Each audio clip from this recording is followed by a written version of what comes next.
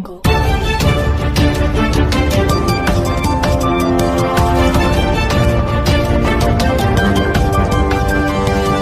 स्वागत है आपका अपने न्यूज चैनल में। आप देख रहे हैं नॉर्थ न्यूज हरियाणा में। हूँ आपके साथ कनवाल।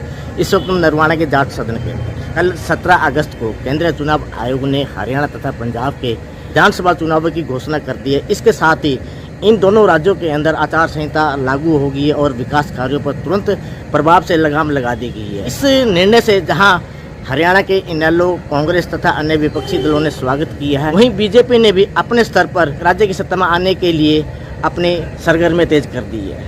इस वक्त नरवाना के अंदर महत्वपूर्ण मीटिंग हो रही है, जिसके अंदर हरियाणा के पूर्व वित्त मंत्री कैप्टन अभिमन्यु, सरस्वती बोर्ड के अध्यक्ष घुमन सहित नरवाना के संभावित प्रत्याशी इसमें भाग ले रहे हैं और इसमें भाजपा जिला अध्यक्ष तेजेंद्र ढूल भी विशेष तौर पर यहाँ पर शामिल हुए हैं।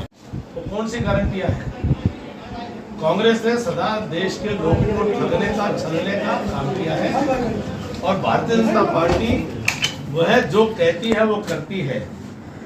बिना घोषणा करे हुए हिंदुस्तान के किसानों को 6,000 रुपए साल का सम्मान राशि देने का काम, हजारों करोड़ रुपए, लाखों करोड़ रुपए किसानों की जेब में डालने का काम भारतीय जनता पार्टी ने किया है। 24 फसलों के ऊपर MSP देने का काम भारतीय जनता पार्टी की सरकार ने किया है। हम लोग घोषणा नहीं करते तो वो काम कर देते हैं। 2,000 रुपए किसानों को प्रति एकड़ अभी सीधा मुआवजा की घोषणा करने का काम किया है। 1,20,000 नौजवानों को कच्ची नौकरी को पक्का करने का काम किया है। ये कांग्रेस के लोग कहते हैं कि ठेका प्रथा भूपेंद्र सिंह हुड्डा साहब ने शुरू की थी। हरियाणा के अंदर गेस्ट टीचर और सारे उनके जमाने के अंदर संघर्षरत रहते थे। हमने तो पक्का करने का काम किया है।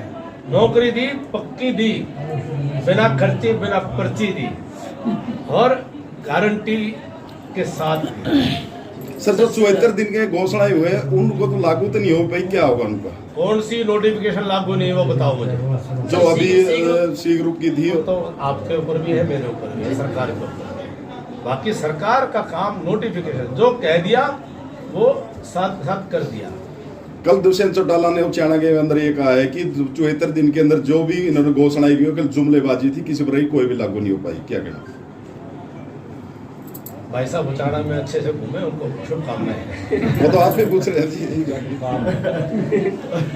सर 2019 में 10 सीटें लेकर एक इतिहास हमें बनाया गया था, लेकिन उसको परिणाम को मौजूदा लोकसभा में हम तब्दील नहीं कर पाए। 50-50 रहा। उसके कारण क्या रहे और आने वाला विधानसभा आप किस परिणाम की ओर देखते हैं? अभी तो आगे की ओर देखो। अभी तो निश्चित तौर पर जो है हरियाणा प्रदेश में भारतीय जनता पार्टी की सरकार 36 बिरादरी के सहयोग से, सर्व समाज के सहयोग से और पंचकुला से लेकर पलवल तक अपने कार्यकर्ताओं के साथ हरियाणा की जनता का विश्वास अर्जन करने का काम करेंगे।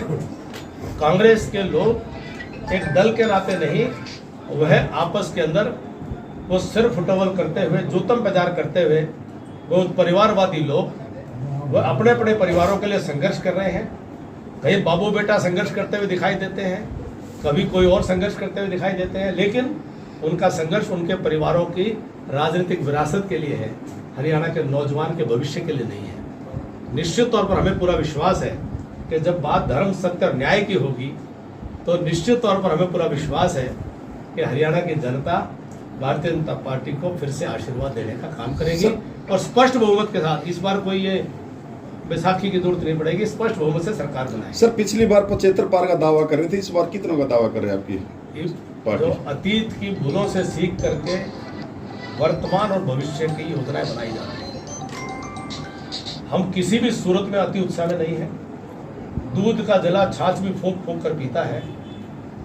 हम पूरी मेहनत से, मजबूती से जनता का आशीर्वाद लेने के लिए सिर झुकाकर विनम्रता से जनता के बीच में जाएंगे और सरकार बनाने के लिए जितना पार होना चाहिए उतना पार हो जाएंगे। सुप्रीम कोर्ट सर्वोपरि है।